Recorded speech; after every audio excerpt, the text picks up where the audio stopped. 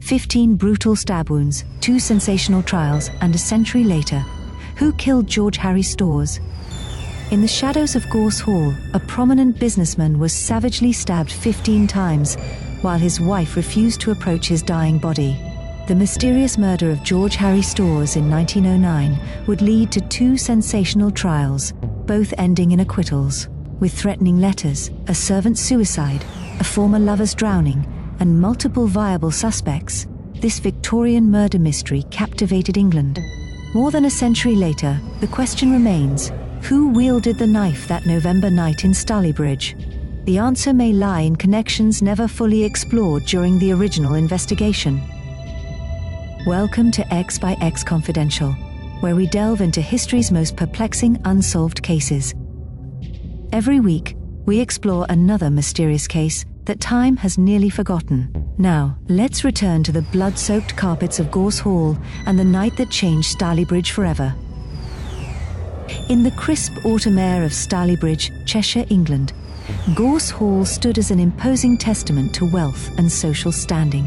This grand residence, perched on elevated grounds overlooking the industrial town below, was home to George Harry Storrs and his wife, Maggie Storrs née Middleton.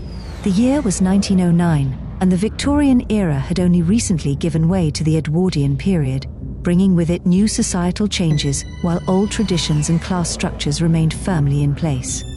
George Harry Storrs was not born into wealth, but rather had inherited his position through family business.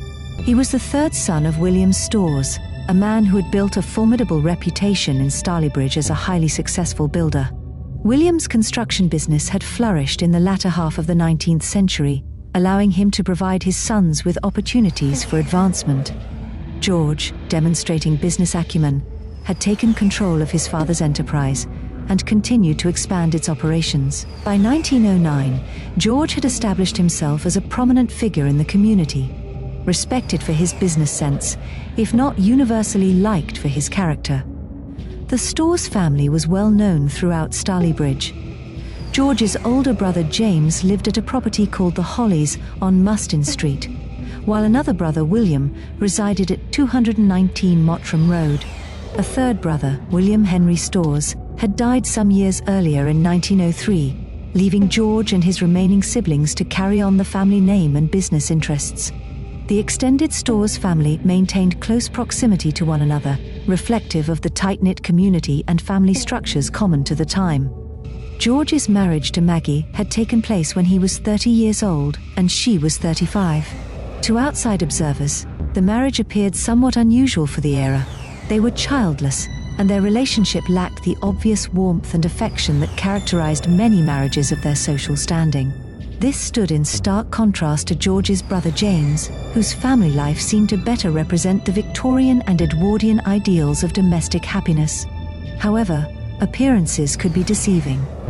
According to their niece, Marion Lindley, who had witnessed their private interactions, George and Maggie shared a deep affection for one another away from public scrutiny.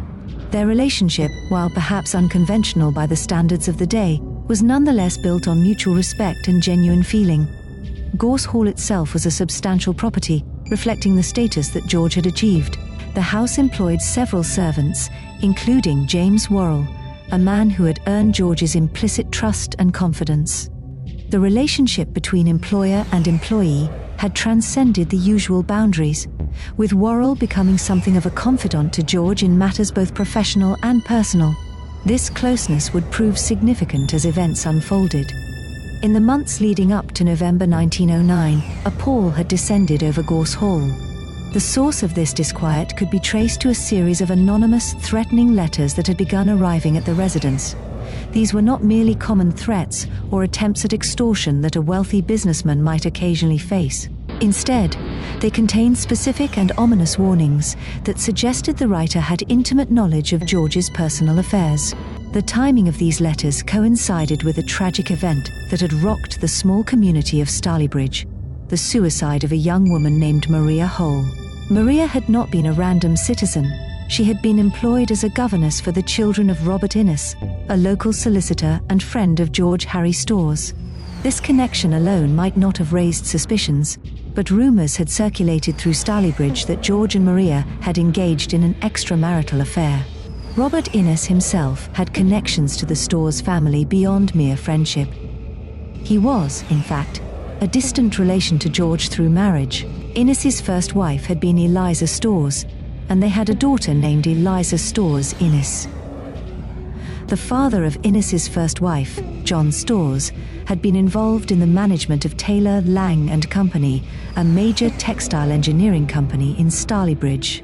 John Storrs and William Storrs, George's father, had even lived next door to each other on Mottram Road, further illustrating the interconnected nature of Stalybridge society at that time. Maria Hohl's life had taken a mysterious turn approximately 1 year before the events at Gorse Hall. She had suddenly departed Stalybridge, giving the explanation that she intended to attend Oxford University. This was an unusual step for a young woman of her position in 1909, when higher education for women, while not unheard of, was still relatively uncommon. After an absence of 8 months, Maria had returned to Stalybridge just as abruptly as she had left, but notably made no effort to reconnect with George Storrs. According to the historian Jonathan Goodman, who extensively researched the case, Maria may have given birth to a child during her 8-month absence. If true, this would explain both her sudden departure and her equally sudden return. More significantly, if George Storrs was the father of this child, it would establish a potential motive for the threatening letters he later received, as well as for the violence that would eventually visit Gorse Hall. Shortly after Maria's return to Stalybridge, tragedy struck. The young woman committed suicide by drowning herself in a local canal. The circumstances surrounding her death were never fully explained to the public, but the timing, following her mysterious absence and coinciding with her decision not to see George Storrs again, fueled speculation throughout the community. It was in the aftermath of Maria's suicide that the threatening letters began to arrive at Gorse Hall. The precise content of these letters has not been preserved in historical records, but their effect on George Storrs was evident.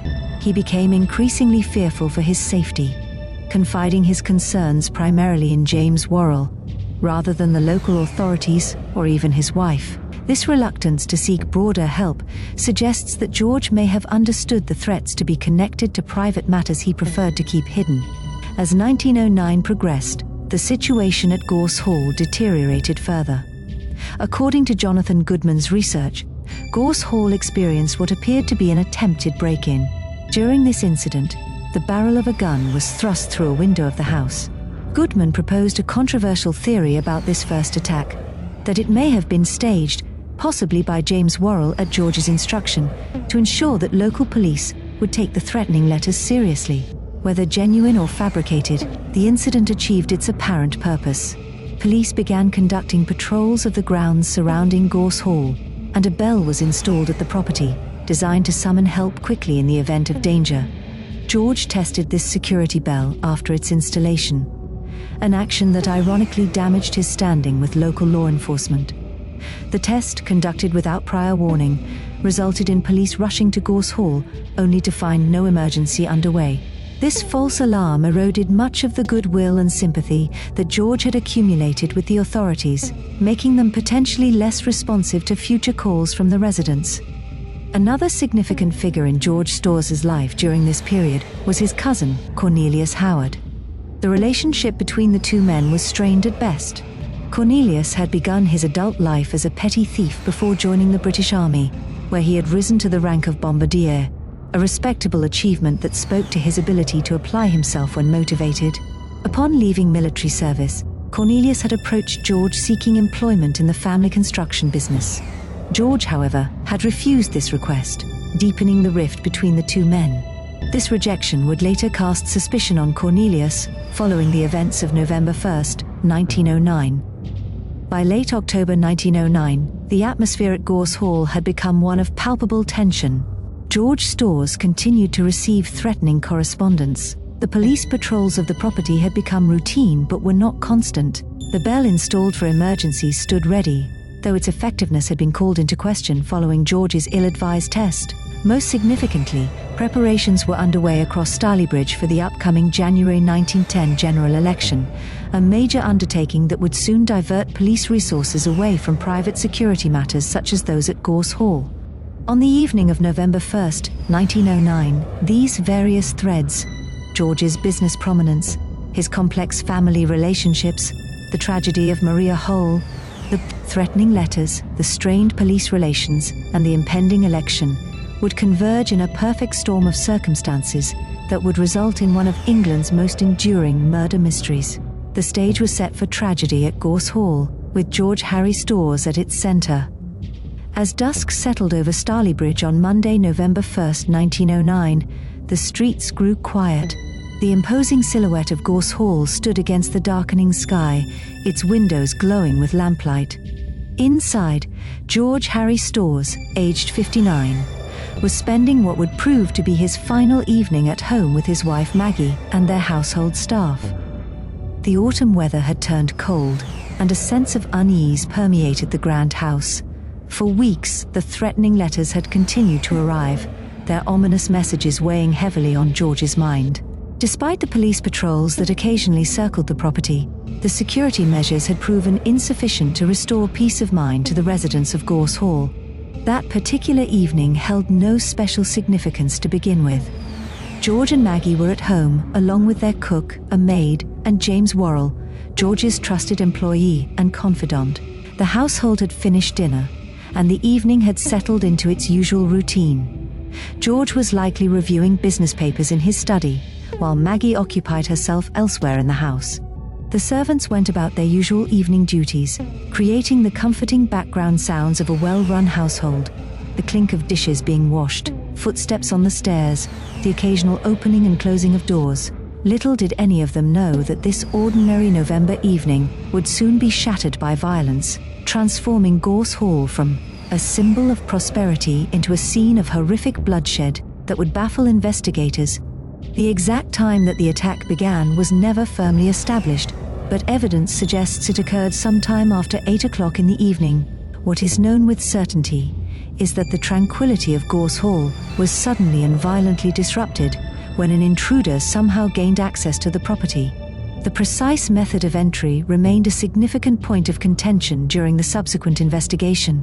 All doors and windows had reportedly been secured for the night, suggesting that either the intruder possessed exceptional skill in bypassing locks, or that someone within the household might have facilitated entry. The first indication of danger came when unusual sounds were heard within the house. Different accounts from household members later painted a confused picture of those initial moments, a telltale sign of the chaos and terror that erupted as the attack unfolded. The cook would later testify to hearing strange noises, followed by raised voices, and then unmistakable sounds of a violent struggle. Maggie Storrs, upon becoming aware of the disturbance, made a crucial decision that would later raise questions about her actions that night. Rather than rushing to her husband's aid, she ran to the emergency bell that had been installed following the previous security scare at Gorse Hall. She rang this bell frantically, its clamorous pealing splitting the night air and alerting neighbors to the emergency unfolding at the Storrs residence. What happened next occurred with terrifying speed. The intruder confronted George Harry Storrs, not in the privacy of his study, but in a more public area of the house, suggesting that George may have investigated the strange noises himself before encountering his attacker. Witness statements, primarily from household staff, indicated that the assailant was armed. Curiously, witnesses reported seeing the intruder wielding a gun, yet the attack that followed involved no gunshots. Instead, in a frenzied assault that spoke of either rage or panic, or perhaps both, the attacker stabbed George Harry Storrs repeatedly. The ferocity of the attack was evident in the medical examiner's later findings. George's body bore 15 distinct stab wounds, indicating a prolonged and extraordinarily violent assault.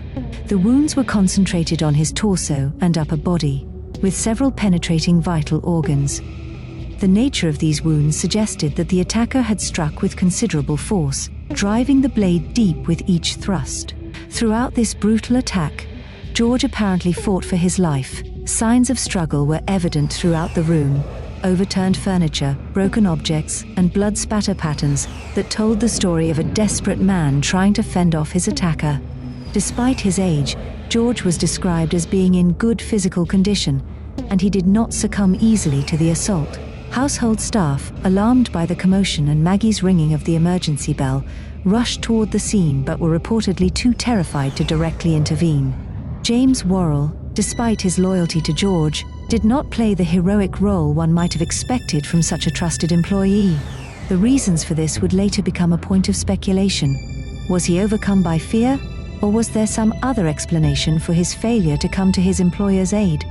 The emergency bell that Maggie had activated was designed to summon police assistance, but on that fateful evening, its effectiveness was compromised by circumstances beyond the store's control.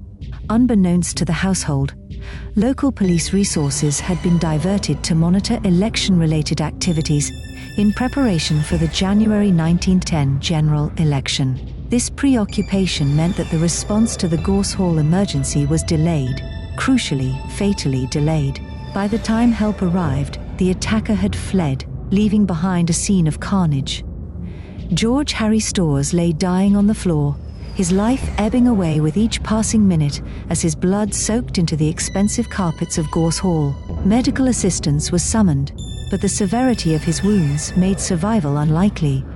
Multiple stab wounds had penetrated his heart and lungs, causing catastrophic internal bleeding. Another mysterious element of the crime scene further complicated the emerging narrative. Despite witness reports of seeing the intruder with a firearm, George had been killed exclusively with a blade.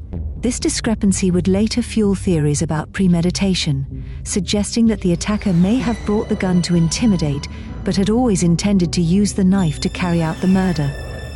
As George lay dying, those present reported another puzzling detail that would later take on significance. Maggie Storrs, his wife of many years, reportedly refused to attend to her husband in his final moments. This behavior struck many as odd, even callous, and would later fuel speculation about her possible knowledge of or involvement in the attack. Some suggested that her reluctance stemmed from fear of hearing a deathbed confession from her husband regarding his alleged affair with Maria Hohl. Others proposed more sinister interpretations of her actions. Whatever her reasons, this decision to keep her distance as her husband lay dying would cast a shadow over Maggie in the aftermath of the murder. George Harry Storrs did not die immediately. He lingered for a short time, gravely wounded and surely aware of his impending death. Whether he attempted to identify his attacker in these final moments remains unclear from the historical record. If he did make any declaration about who had inflicted his fatal wounds, it was either not heard, not understood, or not recorded by those present. As police finally arrived at Gorse Hall, they encountered a scene of horror and confusion. George Storrs was still clinging to life, but beyond medical help. The household was in disarray, with staff and Maggie Storrs in various states of shock and distress. And crucially, the perpetrator had vanished into the night, leaving behind few obvious clues beyond the bloody scene itself. George Harry Storrs died that evening of November 1st, 1909, his life brought to a violent end in his own home. The official cause of death was recorded as multiple stab wounds, with the fatal injuries being those that penetrated his heart and lungs. His death marked the beginning of one of England's most perplexing murder cases, a case that would lead to 2 trials, multiple suspects, and ultimately no conviction. In the immediate aftermath of the murder, police began gathering evidence and taking statements from everyone present at Gorse Hall that evening. The cook provided what would become a crucial piece of evidence, a description of a man she had glimpsed during the attack. This description, however, would later prove problematic, as it did not match either of the 2 men who would eventually stand trial for the murder. The first priority for investigators was determining how the killer had gained entry to the house and subsequently escaped. Despite a thorough search of the property, no clear point of entry or exit could be established with certainty. All doors and windows had apparently been secured, raising the disturbing possibility that the killer either possessed a key or had assistance from someone within the household. Blood evidence showed that the attack had occurred primarily in one room, with some blood spatter indicating the movement of either victim or attacker during the struggle. The murder weapon, presumably a knife or similar sharp instrument, was not found at the scene, suggesting that the killer had taken it upon leaving. As news of the murder spread through Stalybridge the following morning, The community reacted with shock and fear. George Harry Storrs, despite not being universally beloved, had been a respected figure in local business circles. His violent murder in his own home shattered the sense of security enjoyed by the town's upper class, suggesting that wealth and status offered no protection against such brutal violence. The timing of the murder, coming after weeks of threatening letters and a previous security incident, pointed strongly toward premeditation rather than a random act of violence or burglary gone wrong. This immediately narrowed the field of potential suspects to those who might have had grievances against George Storrs or who stood to gain from his death. As the initial investigation unfolded, several key questions emerged. Who had written the threatening letters? What connection, if any, existed between those threats and the murder? What was the significance of Maria Hohl's suicide? And how did it relate to George Storrs' death? And perhaps most pressingly, who had wielded the knife that ended the life of one of Stalybridge's most prominent citizens? The following days would bring the first of many surprises in this complex case, as police attention quickly focused on a man with direct connections to the victim, Cornelius Howard, George Storrs' own cousin. The investigation was about to take its first major turn, setting in motion a series of events that would ultimately lead to 2 trials, but no justice for the murdered businessman. The morning after George Harry Storrs' brutal murder, Stalybridge awoke to news that sent shockwaves through the community. Local newspapers carried dramatic headlines announcing the violent death of one of the town's most prominent citizens. Police presence around Gorse Hall intensified as investigators began the painstaking process of collecting evidence and pursuing leads in what was quickly becoming one of the region's most high-profile murder cases. Detective Inspector William Leach of the Cheshire Constabulary took charge of the investigation. An experienced officer with a reputation for thoroughness, Leach faced a challenging case from the outset. The crime scene at Gorse Hall had already been compromised to some extent by the chaos following the attack. Household members moving through the area, emergency responders attending to the dying George Storrs, and the inevitable contamination that occurred before modern forensic protocols existed. Nevertheless, Leach and his team methodically documented the scene. Blood patterns were noted, the positions of overturned furniture recorded, and every inch of the property searched for possible evidence. Of particular interest to investigators were any signs of forced entry. But this search yielded puzzling results. No broken windows, forced locks, or other obvious points of entry were discovered, raising the first of many questions. How had the killer gained access to Gorse Hall? The investigating officers took detailed statements from everyone present at Gorse Hall on the night of the murder. Maggie Storrs, still in a state of shock, provided what information she could about the events leading up to her husband's death. Her account focused primarily on hearing the disturbance and her decision to ring the emergency bell rather than going to her husband's aid. When questioned about her refusal to attend to her dying husband, she reportedly became emotional and evasive, further deepening the mystery surrounding her actions that night. The household staff, including the cook, maid, and James Worrell, also gave statements. The cook's testimony proved particularly significant, as she claimed to have caught a glimpse of the attacker. Her description depicted a man of medium height, with distinctive facial features. This description would later take on crucial importance when compared to the appearances of those eventually charged with the crime. James Worrell's statement raised eyebrows among some of the investigating officers. As George's trusted employee and confidant, Worrell had been privy to the threatening letters and his employer's growing fears in the weeks before the murder. Yet on the night of the attack, by his own admission, he had failed to come to George's aid. He attributed this to shock and fear, explaining that the violent nature of the attack had paralyzed him with terror. Some investigators found this explanation unconvincing from a man described as loyal and capable, but no concrete evidence emerged to contradict his account. A key focus of the early investigation was the series of threatening letters George had received. These letters now took on new significance. Police collected all correspondence that had been preserved and analyzed the handwriting, paper, and content for clues to the sender's identity. The exact wording of these threats has not survived in historical records, but their general tone suggested someone with intimate knowledge of George's personal affairs, particularly his alleged relationship with Maria. The investigation quickly expanded beyond Gorse Hall itself. Leach and his team began interviewing neighbors who might have seen something unusual on the night of November 1st. Several reported hearing the emergency bell, but saw nothing of the attacker. One neighbor claimed to have noticed a figure moving quickly away from the direction of Gorse Hall shortly after the alarm was raised, but could provide no detailed description in the darkness. Within 48 hours of the murder, police attention began to focus on Cornelius Howard, George Storrs' cousin. Several factors made Howard an obvious person of interest. His history as a petty thief before joining the army established a criminal background. The known tension between Howard and his cousin George, particularly George's refusal to employ Howard in the family business, suggested a potential motive of resentment or revenge. Perhaps most significantly, Howard had no alibi for the night of the murder. On November 4, 1909, just 3 days after the murder, police arrested Cornelius Howard. The arrest was based on circumstantial evidence rather than any direct link to the crime. Howard had been seen in Stalybridge on the day of the murder, could not account for his whereabouts at the time of the attack, and had a known grievance against the victim.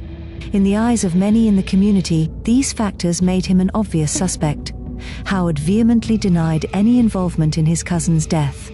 During questioning, he maintained that while he and George had their differences, he harbored no murderous intent toward his cousin. He claimed to have been drinking in various establishments in Stalybridge on the evening of November 1st, but could not provide witnesses who could definitively place him elsewhere at the exact time of the murder. As Howard was being held for questioning, another significant development occurred that would cast a shadow over the entire case.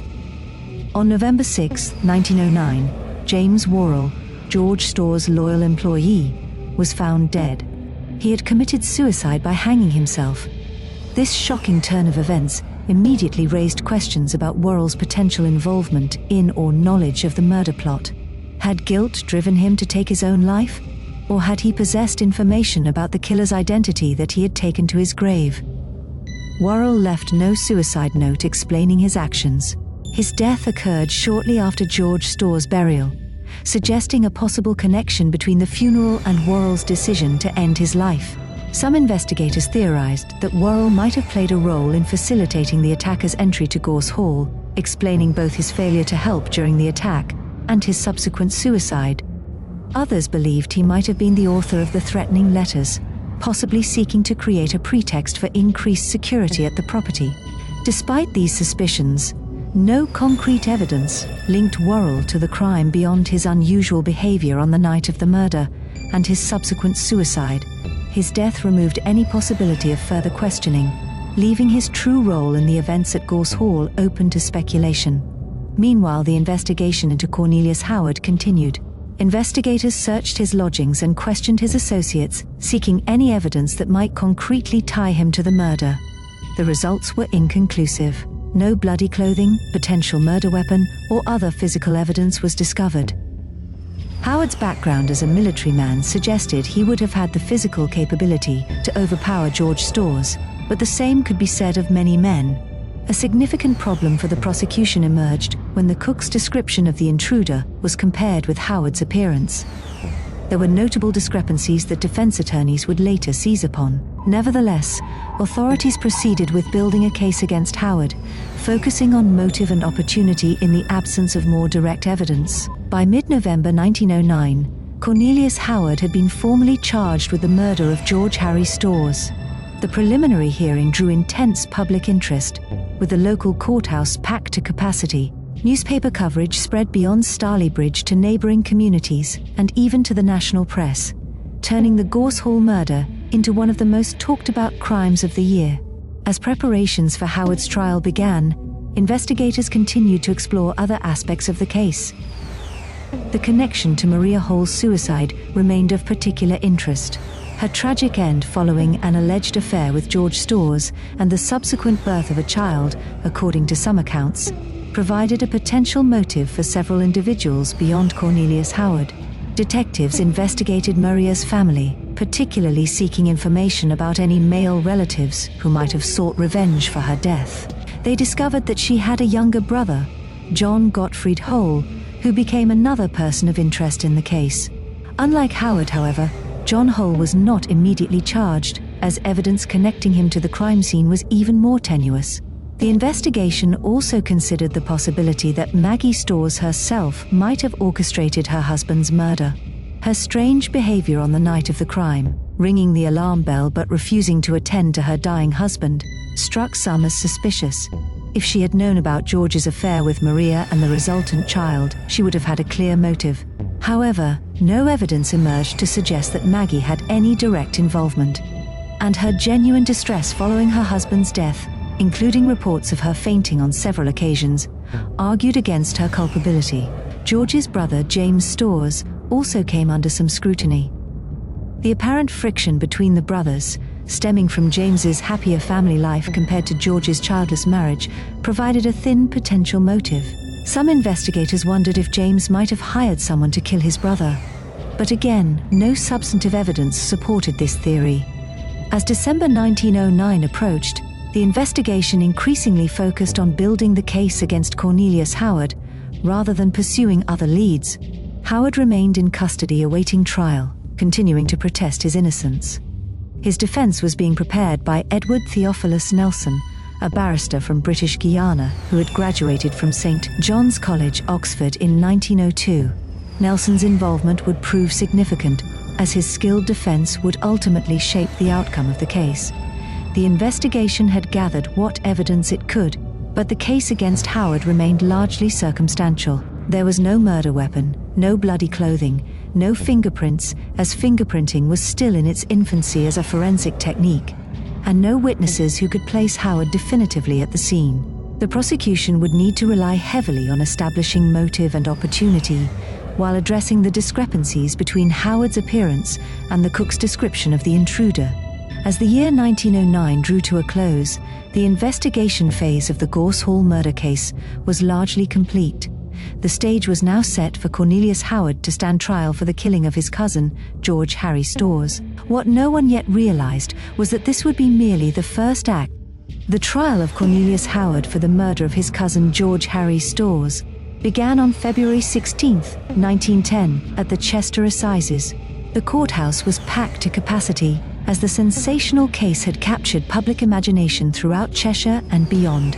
Reporters from newspapers across England filled the press gallery, their pencils poised to record every dramatic moment of what promised to be one of the most intriguing murder trials of the new decade. Cornelius Howard, dressed in a somber suit that belied his military background, sat in the dock maintaining the composed demeanor he had displayed since his arrest. At the defense table sat his barrister, Edward Theophilus Nelson, an Oxford-educated lawyer from British Guiana, whose presence in the courtroom was itself noteworthy. In early 20th century England, a black barrister was an uncommon sight, but Nelson's reputation for brilliance and meticulous preparation had earned him respect within legal circles. The prosecution was led by the Crown's counsel, who opened the case by painting a picture of Howard as a man driven by resentment and opportunity.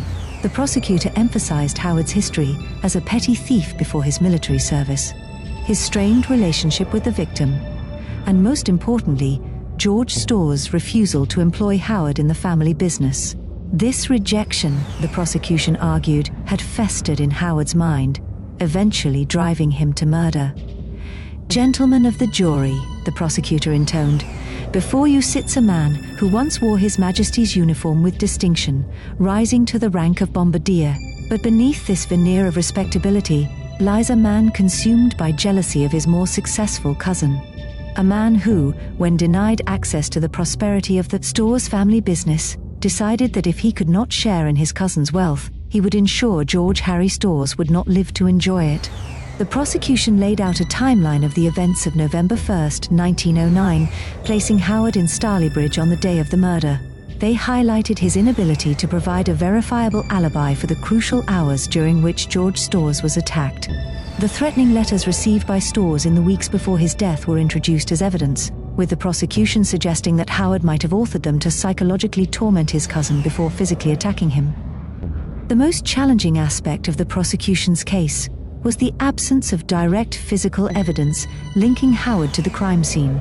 No murder weapon, no blood-stained clothing discovered among Howard's possessions, and no witnesses could place him definitively at Gorse Hall on the night of the murder.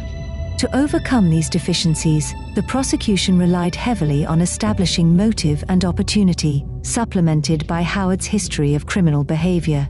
When Edward Theophilus Nelson rose to present the defense case, the courtroom fell silent. Nelson's strategy quickly became apparent. He would focus on the numerous inconsistencies in the prosecution's case and emphasize the lack of physical evidence against his client. Nelson's first line of attack targeted the cook's description of the intruder she had glimpsed during the attack at Gorse Hall. With methodical precision, he demonstrated that this description did not match Cornelius Howard's appearance in several significant respects. The cook had described a man with distinctive facial features that simply did not correspond to Howard's physiognomy. Nelson argued that this discrepancy alone should create reasonable doubt in the minds of the jurors. If the only eyewitness to this terrible crime describes someone other than my client, Nelson told the jury, how can you possibly be sure beyond reasonable doubt that Mr. Howard was the perpetrator? The prosecution asks you to convict a man based not on what was seen, but on what they would have you believe about his character and motivations. The defense also addressed the matter of the threatening letters. Nelson pointed out that no handwriting analysis had conclusively linked these letters to Howard, and that the content of the threats suggested someone with intimate knowledge of George Storrs' personal affairs, particularly his alleged relationship with Maria Hohl. Howard, Nelson argued, had not been closely involved in his cousin's life, and was unlikely to have possessed such detailed information about George's private matters. Perhaps most effectively, Nelson drew the jury's attention to the suicide of James Worrell shortly after George Storrs' burial. Without directly accusing the deceased servant, Nelson skillfully planted the suggestion that Worrell's suicide might indicate guilt or complicity in the murder. Why else, he asked, would a man take his own life so soon after his employer's death, unless burdened by knowledge or responsibility too heavy to bear? The testimony of Maggie Storrs proved to be another pivotal moment in the trial. When called to the witness stand, George's widow appeared visibly distressed, dressed in deep mourning. Her testimony about the events of November 1st was consistent with her earlier statements to police. She had heard a disturbance, rung the emergency bell, but had not gone to her husband's side as he lay dying. Under cross-examination by Nelson, Maggie struggled to explain her decision not to attend to her dying husband. Her responses were tearful and at times incoherent. Nelson treated her with outward courtesy while subtly highlighting the strangeness of her behavior on the night of the murder, though he did not explicitly suggest her involvement. His questioning left some jurors wondering about her role in the events at Gorse Hall. As the trial progressed through late February 1910, medical evidence was presented detailing the nature of George Storrs' wounds. The coroner testified that Storrs had suffered 15 distinct stab wounds, primarily to the chest and abdomen, with the fatal injuries being those that penetrated his heart and lungs. The frenzied nature of the attack, the coroner suggested, indicated either extreme rage or panic on the part of the assailant. The defense seized upon this testimony to argue that such a violent emotional attack was inconsistent with Howard's military background and disciplined character. A former army man, Nelson contended, would be more likely to kill efficiently and with less emotional display if murder had indeed been his intention. Character witnesses were called by both sides. The prosecution produced individuals who testified to Howard's reputation as a troublemaker before his military service and to the known tensions between him and George Storrs. The defense countered with testimonials from Howard's army superiors and fellow soldiers who described him as disciplined, reliable, and not prone to violent outbursts. As the trial entered its final phase, both prosecution and defense presented their closing arguments. The Crown's counsel emphasized Howard's motive, opportunity, and criminal history, urging the jury not to be swayed by the absence of physical evidence in what had clearly been a carefully planned murder. Edward Theophilus Nelson, in a closing argument that would later be described as masterful, methodically dismantled the prosecution's case. He reminded the jury that they had sworn to convict only if the evidence proved guilt beyond reasonable doubt. He enumerated the many doubts inherent in the case against Howard: the mismatched description provided by the cook, the absence of physical evidence, the unexplained suicide of James Worrell, and the strange behavior of Maggie Storrs. Gentlemen, Nelson concluded, the prosecution asks you to send my client to the gallows based on supposition, conjecture, and circumstantial evidence so tenuous it barely deserves the name. They have shown you no murder weapon, no bloody clothing, no witnesses who saw Cornelius Howard at Gorse Hall that night. They have given you theories and possibilities, but not proof. I urge you to remember your oath and to render the only verdict that justice allows, not guilty. After receiving instructions from the judge, the jury retired to consider their verdict on February 25, 1910. Their deliberations were relatively brief by the standards of such a serious case. When they returned to the courtroom, the foreman announced their decision, not guilty. Cornelius Howard was acquitted of the murder of George Harry Storrs. The verdict was met with mixed reactions in the courtroom and throughout Stalybridge. Some expressed relief that justice had been served through proper legal process. Others were dismayed that George Storrs' killer remained unpunished. Howard himself displayed little emotion as the verdict was read, maintaining the same composed demeanor he had shown throughout the trial. Upon his release, Howard made no public statements about the case. He soon left Stalybridge, apparently seeking to distance himself from the notoriety that now surrounded his name despite his legal vindication. Where he went, and what became of him immediately after the trial, is not well documented in historical records. The acquittal of Cornelius Howard left police and prosecutors in an awkward position. They had built their case around Howard as the killer, and his exoneration meant they needed to either pursue new suspects or accept that George Storrs' murder might remain unsolved. For several weeks following Howard's acquittal, the investigation appeared to stall. Then, in a surprising development that reinvigorated both the investigation and public interest in the case, a young couple was attacked while walking near Stalybridge in March 1910. The attacker, a man named Mark Wilde, was quickly apprehended. This incident might have remained unconnected to the Storrs case were it not for the victim's description of their assailant, a description that bore striking similarities to the cook's account of the intruder at Gorse Hall. Police questioned Wilde extensively about his whereabouts on November 1, 1909. Initially, he provided an alibi, claiming to have been at home with his mother on the night of George Storrs' murder. However, inconsistencies in his story and certain similarities between Wilde and the description of the Gorse Hall intruder led investigators to consider him a serious suspect in the Storrs case. Mark Wilde was a complex figure whose background contrasted sharply with that of Cornelius Howard. While Howard had overcome a troubled youth through military service, Wilde had a history of unstable behavior. Medical records suggested he suffered from what might now be recognized as bipolar disorder, experiencing dramatic mood swings from extreme agitation to deep depression. Some medical professionals of the time theorized that his condition might have been exacerbated by syphilis, a disease known to affect mental stability in its advanced stages. More significantly for the investigation, Wilde reportedly harbored animosity toward George Storrs. The exact nature of their prior interactions remains somewhat obscure in historical records, but contemporary accounts suggest that Wilde may have sought employment with Storrs' construction business and been rejected, similar to Howard's experience. This rejection, combined with Wilde's unstable mental state, potentially provided both motive and psychological capacity for violence. By April 1910, just 2 months after Cornelius Howard's acquittal, Mark Wilde had been formally charged with the murder of George Harry Storrs. The case against him was built on several key elements: the similarity between his appearance and the cook's description of the Gorse Hall intruder, his history of violent behavior, his known antagonism towards Storrs, and the attack on the young couple that had brought him to police attention. As with Howard before him, Wilde maintained his innocence.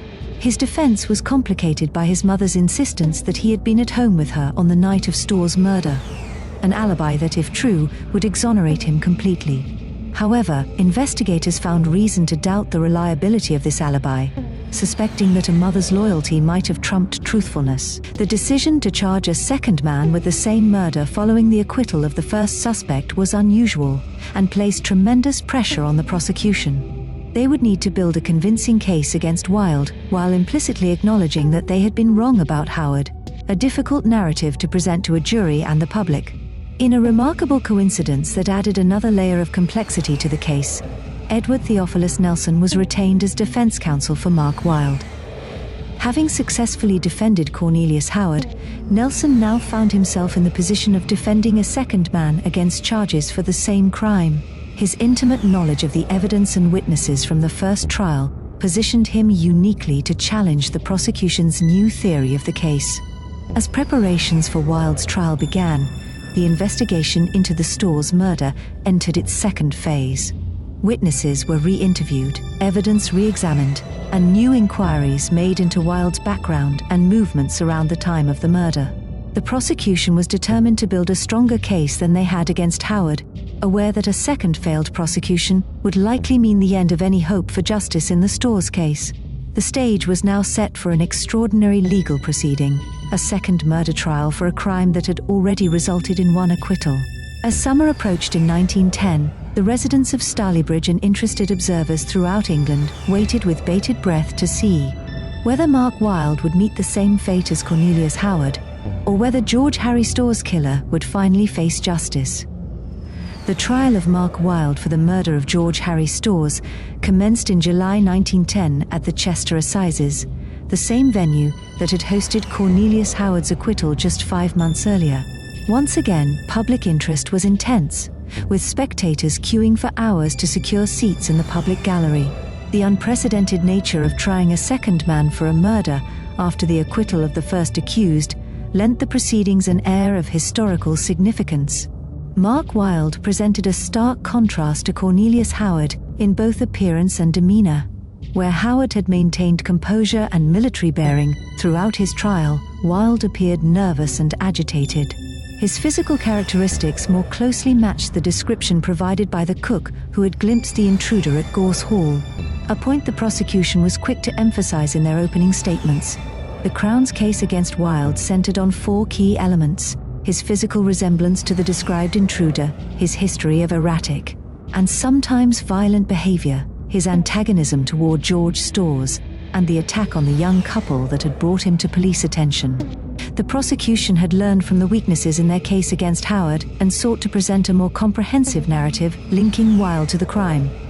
"Gentlemen of the jury," the prosecutor began, "the evidence will show that the man before you, Mark Wilde, harbored deep resentment toward George Harry Storrs. His unstable nature, evidenced by numerous incidents known to his acquaintances, made him capable of the frenzied attack that took Mr. Storrs' life. Most significantly, his appearance matches precisely the description given by a witness who saw the intruder at Gorse Hall on that fatal night. A description that did not match Cornelius Howard, who has been rightfully acquitted of this crime. Once again, physical evidence directly linking the accused to the crime scene was lacking. No murder weapon had been found, no blood-stained clothing discovered among Wilde's possessions. But the prosecution argued that the circumstantial evidence, combined with Wilde's appearance and psychological profile, pointed conclusively to his guilt. Edward Theophilus Nelson, now representing his second client accused of the same murder, approached the defense with the confidence of a man who had already defeated these charges once. His strategy with Wilde differed from his approach with Howard, necessarily adapting to the different circumstances and characteristics of his client. Nelson's defense rested primarily on Wilde's alibi, his mother's insistence that he had been at home with her on the night of November 1, 1909. While prosecutors suggested that maternal loyalty might have prompted a false alibi, Nelson argued that no evidence existed to contradict Mrs. Wilde's testimony. He also questioned the reliability of the cook's identification, suggesting that the traumatic nature of the events at Gorse Hall and the poor lighting conditions made any such identification inherently suspect. A significant portion of the trial focused on Wilde's mental state. Medical experts testified about his history of mood swings and erratic behavior. The prosecution used this testimony to suggest that Wilde was capable of the kind of frenzied violence evidenced in the 15 stab wounds inflicted on George Storrs.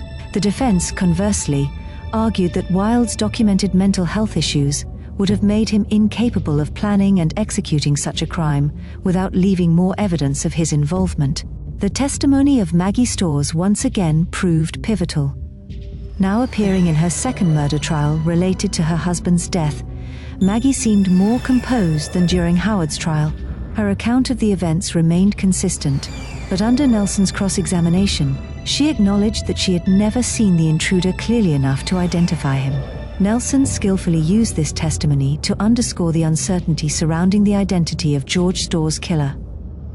The cook, whose description had become so central to both trials, was subjected to intense questioning. Nelson highlighted inconsistencies between her initial statements to police and her current testimony, suggesting that her memory might have been influenced by subsequent events and discussions. The defense also introduced evidence indicating that the lighting conditions at Gorse Hall on the night of the murder would have made accurate identification difficult at best. As the trial progressed through mid-July 1910, Nelson introduced a new element to the defense, the possibility that the true killer might be neither Howard nor Wilde, but someone connected to Maria Hohl, possibly seeking revenge for her suicide. This theory had been hinted at during Howard's trial, but was now presented more explicitly as an alternative explanation for the murder. The prosecution has now accused two different men of the same crime, Nelson told the jury. They were wrong about Cornelius Howard, as this court has already established. I submit to you that they are equally wrong about Mark Wilde. The truth, gentlemen, may lie in a direction they have not adequately explored. The connection between George Harry Storrs and the unfortunate young woman who took her own life after allegedly bearing his child. The prosecution countered by emphasizing that no concrete evidence linked any of Maria Hohl's relatives or friends to the murder. They maintained that Wilde's resemblance to the described intruder, combined with his known animosity towards Storrs and his history of unstable behavior, presented the most plausible explanation for the crime. After nearly 2 weeks of testimony and argument, the case went to the jury in late July 1910. Their deliberations were lengthier than those in Howard's trial, suggesting the complex and contradictory nature of the evidence had left them with much to consider. When they finally returned to deliver their verdict, the courtroom fell silent in anticipation. Like Cornelius Howard before him, Mark Wilde was found not guilty of the murder of George Harry Storrs. For the second time, a man charged with the crime had been acquitted by a jury of his peers. The prosecution's case, while stronger in some respects than that against Howard, had still failed to establish guilt beyond reasonable doubt. The acquittal of Mark Wilde effectively ended formal efforts to bring George Harry Storrs' killer to justice. No further arrests were made, and no other suspects were officially charged with the crime. The case remained open in police records, but active investigation largely ceased after Wilde's acquittal in the summer of 1910. In the aftermath of the second failed prosecution, public and media attention gradually shifted away from the Gorse Hall murder. The sensational aspects of the case, the wealthy victim, the threatening letters, the brutal nature of the attack, and the two trials ending in acquittals, ensured that it remained part of local law in Stalybridge. But as weeks turned to months and months to years, the immediacy of the tragedy faded. For Maggie Storrs, the widow left behind after her husband's violent death, life continued under the shadow of tragedy and speculation. In a decision that spoke volumes about her desire to distance herself from the events of November 1st, 1909, Maggie had Gorse Hall demolished in 1910, just 1 year after the murder. The grand house that had been the scene of such violence was systematically dismantled, as if Maggie hoped to physically remove the site of her husband's death from the landscape of Stalybridge. The lives of those peripheral to the case followed various paths. Cornelius Howard, though legally exonerated, found his reputation permanently affected by his arrest and trial. Historical records do not clearly document his life after acquittal, but he appears to have left Stalybridge, perhaps seeking anonymity elsewhere. Mark Wilde similarly disappeared from public records after his trial. His mental health issues may have eventually resulted in institutional care, as was common for individuals with similar conditions in early 20th century England, but conclusive information about his later life is scarce. The question of who actually killed George Harry Storrs remained a subject of speculation and amateur investigation for decades following the official closure of the case. Various theories emerged, some more plausible than others. Some continued to believe that either Howard or Wilde had indeed been guilty, but had benefited from the legal system's high threshold for conviction. Others were convinced that James Worrell's suicide indicated his involvement, either as the killer or as an accomplice. The possible connection to Maria Hohl and her family, particularly her brother John Gottfried Hohl, remained a compelling alternative theory. In the absence of definitive evidence or a confession, the true identity of George Harry Storrs' murderer remained one of England's most enduring mysteries. The case periodically resurfaced in public consciousness through books, articles, and eventually television programs examining unsolved historical crimes. Jonathan Goodman's book, The Stabbing of George Harry Storrs, published in 1983, presented a comprehensive examination of the case and introduced the theory about Maria Hohl's brother that was later popularized by Julian Fellowes in his television series, A Most Mysterious Murder in 2005. For nearly a century, the case remained firmly in the category of unsolved historical mysteries, with no significant new evidence or insights emerging. Then, in April 2010, local historian Barry Sullivan proposed a new suspect, Alfred Derrick, a traveling carter who had been convicted of murdering his lover, Hannah Etchells, just months after the Storrs killing. Sullivan's theory suggested that Derrick had confessed his role in Storrs' murder to Etchells and then killed her when he feared she might reveal his secret to authorities. Intriguingly, Derrick's physical description matched that given by the cook at Gorse Hall more closely than either Howard or Wilde.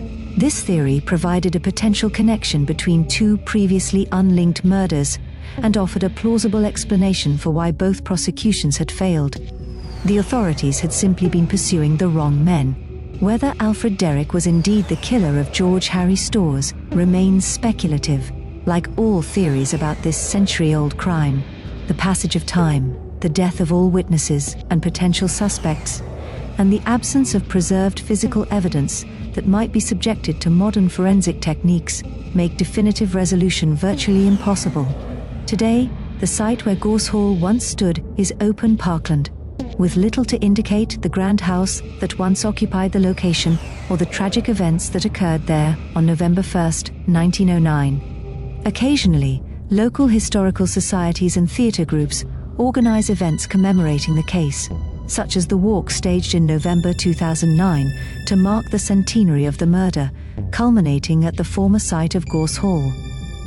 The murder of George Harry Storrs stands as a reminder of the limitations of early 20th century criminal investigation and the enduring human fascination with unsolved mysteries. Despite 2 trials, multiple suspects, and over a century of speculation, the question remains: who killed George Harry Storrs on that November night in 1909? In the absence of a definitive answer, the case continues to intrigue historians, crime enthusiasts, and the residents of Stalybridge, a persistent enigma from a bygone era. That brings us to the end of the George Harry Storrs case, a murder that remains unsolved more than a century later. I want to thank you all for joining me on this journey through one of Victorian England's most baffling mysteries. Your support means everything to X by X Confidential. If you enjoyed this deep dive into historical true crime, please hit that like button. It really helps other true crime enthusiasts find our channel. Don't forget to subscribe and hit the notification bell so you never miss our weekly uploads of forgotten cases from the past. Now I'm curious, do you think Cornelius Howard, Mark Wilde, or Alfred Derrick was the real killer? Or was it someone else entirely connected to Maria Hohl? Share your theories in the comments below. I read every single one and love discussing these mysteries with you all. Until next time, sleep well, if you can.